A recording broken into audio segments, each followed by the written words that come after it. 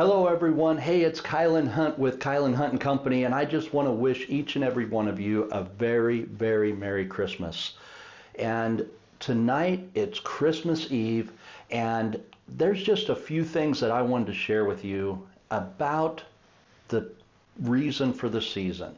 We all know that this is Christmas time. It's a time when Christians all across the world celebrate the birth of Jesus Christ. And I wanted to share with you a few things that I've learned over the years about the truth behind this person. See, when we look back at the birth of Christ, we can't deny the fact that all of history has changed because of that one experience that happened in a little town of Bethlehem over 2,000 years ago. And our world has completely changed. The course of history changed because of that event and that person. So I want to just start by reading you a writing by a guy by the name of Philip Schaff. And Philip wrote this. He was a theologian. He studied history as a historian. But I wanted to read a passage that he wrote in one of his books. He said, Jesus of Nazareth, without money and arms, conquered more millions than Alexander the Great, Caesar, Muhammad, and Napoleon. Without science and learning, he shed more light on things human and divine than all philosophers and scholars combined. Without the eloquence of school, he spoke such words of life as were never spoken before or since, and produced effects which lie beyond the reach of orator or poet. Without writing a single line, he set more pens in motion and furnished themes for more sermons, orations, discussions, learning volumes, works of art, and songs of praise than the whole army of great men of ancient and modern times. When we look back at the life of Christ and what he did, and we look at it from a historical perspective, we can go back and find historical documents on these things. This isn't a religious thing, but this is a historical fact, historical truths. And that's what I really wanted to touch on tonight. Now, as we start looking at it, from a religious standpoint, I want to just hit on a couple of little things here, because when we look at it from a religion standpoint, and when we look at it from that perspective, we have to wonder, why did Jesus do what he did? And why did those who followed him do what they did? Now, when we look at it from a leadership perspective, it's actually quite amazing. I wanted to just share a couple of things with you, because one thing that we've all experienced is how skeptics will try to disprove Christianity or disprove the life of Christ. And what they end up finding is so much truth in the matter that they end up being converted. Okay, here's an example. Lew Wallace, a famous general and literary genius, was a known atheist. A famous general and a literary genius was also a known atheist. For 2 years, Wallace studied in the leading libraries of Europe and America, seeking information that would forever destroy Christianity. Listen to what I'm about to share with you here. While writing the second chapter of a book outlining his arguments, he suddenly found himself on his knees crying out to Jesus, Lord and God. See, here's the thing that I find interesting. So many people throughout history have tried to disprove Christianity. They've tried to disprove Christ. And when you look at it from a truly historical perspective, that can't happen. He was there. He walked on the earth. There's facts. There's evidence. There's truth in that. C.S. Lewis. A lot of us know C.S. Lewis. He was a professor at Oxford University in England. This guy was not stupid. He was extremely intelligent. He was an agnostic who denied the deity of Christ for years. But he too, in intellectual honesty, submitted to Jesus as God and Savior after studying the overwhelmingly evidence for his deity. He later went on to write Mere Christianity and the Screwtape Letters. My friends, these were people who were atheists, who didn't want to believe, and they went out purposely to discredit the person of Christ. But let's go on and let's look a little bit further. Let's look at someone such as Mother Teresa. Mother Teresa, we all know what she did. An outstanding, here's the thing. Mother Teresa was an outstanding example of life poured out in the service of Christ. Of her well-known ministry among the poor, she said, "Our work is only the expression of the love we have for God." William and Catherine Booth, founders of the Salvation Army, believed that ministering to the poor was like ministering to Christ himself.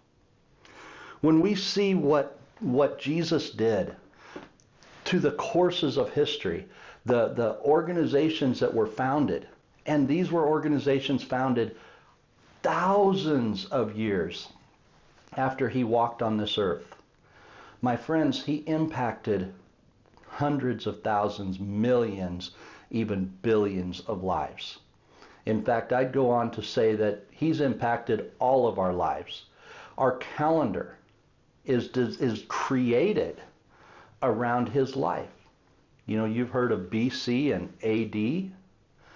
Well, it all revolves around that time in history. It all revolves around that event.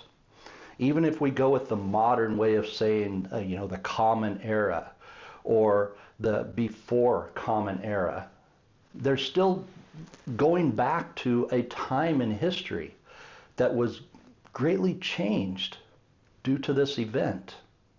So we cannot deny the fact that his birth was absolutely game-changing in our global culture. Okay? But I wanted to share with you a little bit more detail about how it actually changed a big portion of our lives from government. I'm going to touch on these things. We're going to touch on government. We're going to touch on how it impacted women, how Jesus himself changed the course of all the lives of women everywhere. How Jesus touched on hope, what he did, what he said to bring hope to a country. And then we'll end it with love. Jesus did so much as he talked about love. His commandment was around the topic of love. He said the greatest commandment is to love God and love others. A commandment to love. And yet in our culture today, we somehow think that love is a feeling. It was a commandment. It was something that we were to do. So let's think about it a little bit from the government perspective. Where are we today because of what Jesus did to our culture and to our society? Well, let's think about it this way. What about bringing fairness? Fairness to the people. He taught us what it was like to be fair. He taught it what it was really like to have human rights. You go back into history and you read a lot of the lives that people went through prior to this time in history. And their lives were run by dictators. Excuse me. Their lives were tyranny.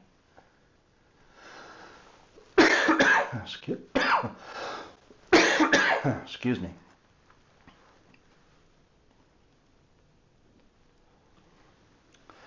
When we think about the fact that people lived under kings and independent rulers, these kings at any given time could take someone's head just because he wanted to celebrate at a party. He would do the things that were harmful to people, to human rights.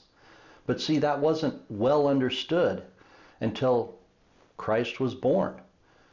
And Christ had a chance to come out and to show people, illustrate what it meant to have human rights and human dignity. We learned so much from the time that he was on the planet. So when we think about our our justice system today. We think about the fact that we have courts.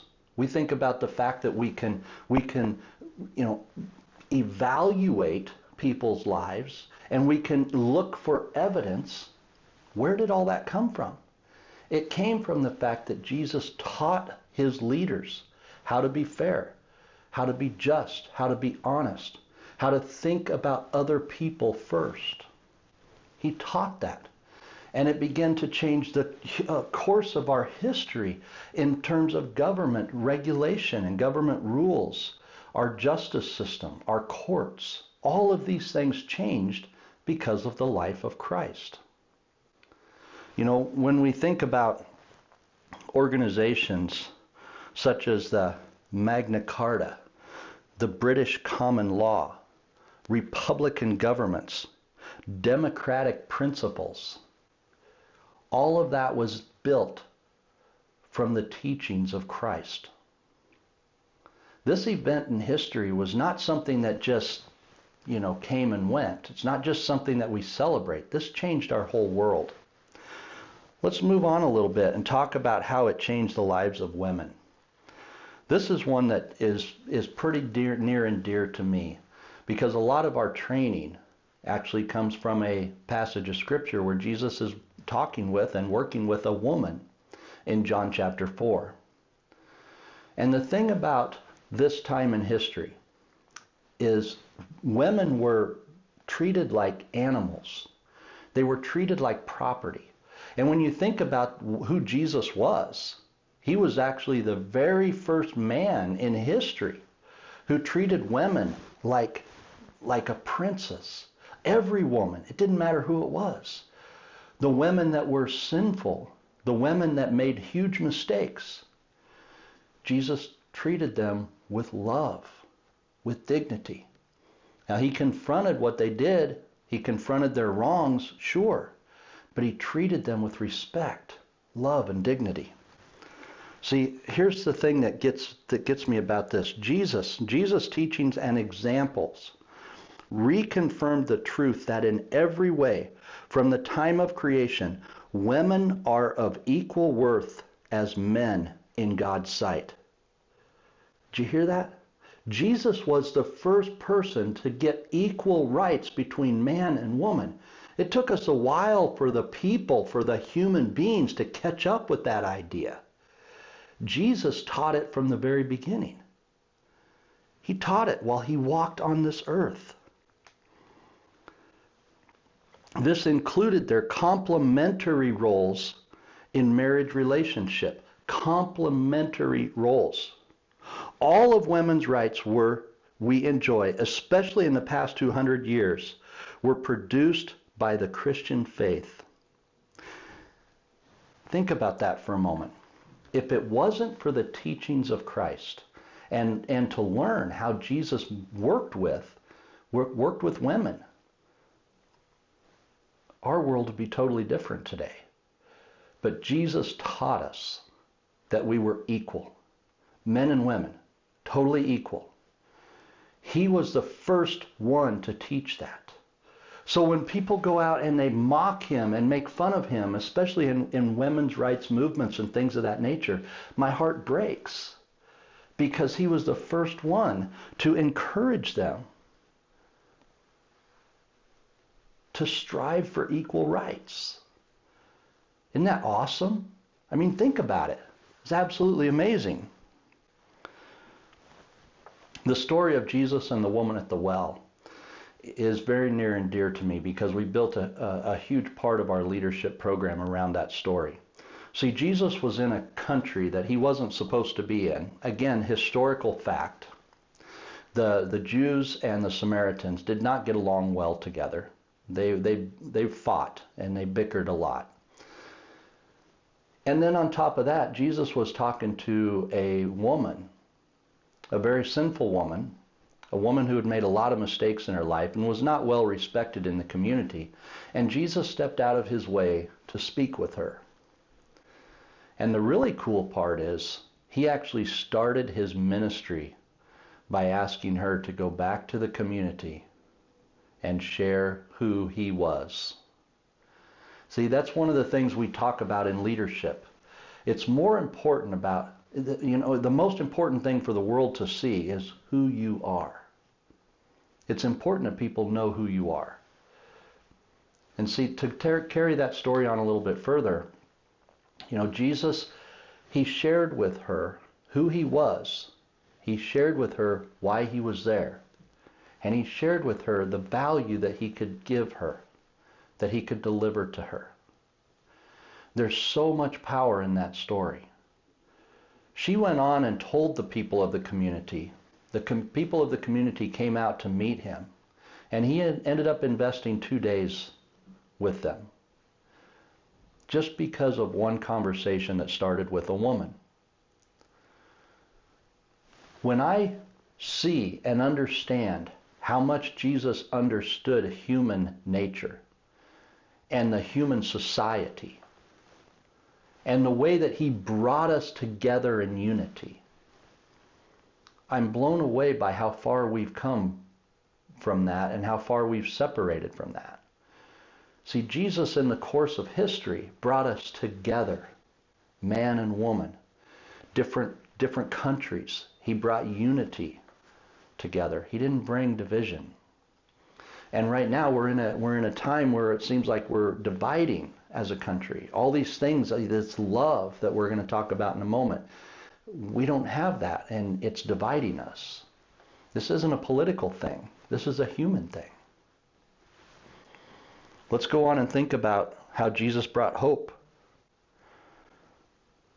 He brought hope to a hopeless culture. Back in the time in the Roman Empire and the Jewish people living in the Roman Empire, it was a hard time for them. After this, throughout history, people were put up on lampposts and burned alive to make light for the community. I mean, it was just unreal, the things that happened to people back in those days. So we don't fully understand all this, right? But when we think about what Jesus did, he brought hope. When people were hurting, he helped them, made them feel better. When people were hungry, he fed them. When people needed encouragement, he encouraged them. When people needed discipline to grow, he disciplined them. When people needed challenged, he challenged them. He knew exactly what was required to bring hope in a time of hopelessness. And there's a lot of power in that, my friends. We can learn from that. We can learn leadership from that. Now, as we think about what Jesus did in terms of hope, I know if he was here in the world today with COVID, political challenges, and everything else going on around us, he wouldn't be talking about the things that divide us. He would be talking about the things that unite us, that bring us together. He would be talking about the love. He would be talking about healing. He would be talking about the power of faith. So many different times Jesus talked about faith. And the faith of ourselves, and the faith in him, and the faith in a creator. Jesus talked about faith a lot. And today, as we get further and further and further away from the idea, the truth that Jesus walked this earth and made these decisions and did these things, the further away from that idea we get, the more division we experience. See, if Jesus was here today, this isn't about whether he would or wouldn't wear a mask. This isn't about what he would or wouldn't say or do in a political space. What he would do is work with the people at the ground level. And he would walk out on our streets and he would talk about bringing them together in unity. He would be bringing hope and healing. And that's what we can learn from today. It's not about a political party. It's about what is happening to our country, what is happening to us as people. And we can't blame our government. We can't blame the president. We can't blame a new president coming in. We can't blame anybody for what's going on. If we want to make a difference in our country, we get off of our seats, onto our feet, we get out into the streets, and we go make a difference. That's the only way it's going to work. It has to start with us. Jesus knew that, and Jesus did that. See, he walked the streets. He brought people out from pastures. He worked with people in those spaces because that's where not the rulers were. That's where the people were. And he brought people together in unity. Now, the last thing that I wanted to share with you tonight about Jesus and the life that he lived and the way that he changed things is this topic of love. When Jesus brought love to the world, and he truly taught us what it was, he taught us in a way that he commanded it, okay? It says, the love of Jesus Christ has made the greatest mark upon the world. God is love. God is love. He said that over and over. For 2,000 years, followers of the loving Christ have carried his compassion and care to people everywhere. Nations have been won through his love. The majority of hospitals and other ministries of compassion around the globe have been launched in his name. Where there has been devastation through natural disasters, wars, and famine, people filled with God's love have run to alleviate human suffering via the Red Cross, World Vision, and thousands of other agencies. Where would our world be without the love of Christ as expressed through his people? Think about that. Jesus commanded that we love God and love others. When he was challenged, what's the greatest commandment? See, commandments are things you have to do or you should do, you'd want to do. And his commandment was love God and love others. That's powerful. That's powerful, my friends. Love God and love others. If we would make that the standard of all of our businesses, if we would make that the standard of our sales processes, if we would make that the standard of our families, we'd make that the standard of our lives, to love God and love others, we would come together in unity. And there wouldn't be this division. And to be quite honest, the decisions that we made as a country, the decisions that we make as organizations, they'd be a lot better. Because we wouldn't be making those decisions looking at it from a money perspective. We wouldn't be looking at it even from a growth perspective. We'd be looking at it from a values perspective. See, that's the difference. Jesus loved so much that he had one focus on his mind all the time. And that was to bring value to you. To give you something that has value. Love and hope. That's who he was. And he did it in such an amazing way that it completely changed the course of our countries.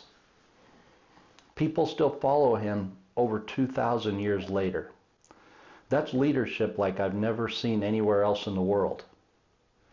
People willingly lay down their lives. They don't take someone else's life because of Christ. They don't take others' lives because of him.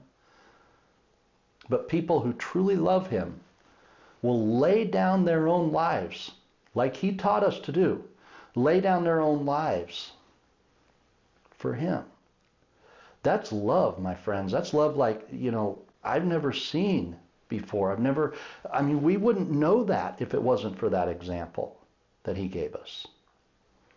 So my friends, think about that this Christmas season. As you're meeting with your friends and your families, and you're going out and you're celebrating, and you're giving gifts to each other, remember what the gift that God gave us in this world. Remember about that gift and how it completely changed the courses of our history. Taught us what freedom is. taught us what love is, taught us what faith is, and taught us how to build countries, how to build businesses, and how to lead people. Jesus did that in just a few short years. So my friends, don't forget the reason for this season. Step in, learn, grow, step out, and serve others. My friends, again, I'm Kylan Hunt with Kylan Hunt Company. I hope you have an amazing Christmas and an absolutely wonderful 2021. May God bless each and every one of you. Thank you. Good night.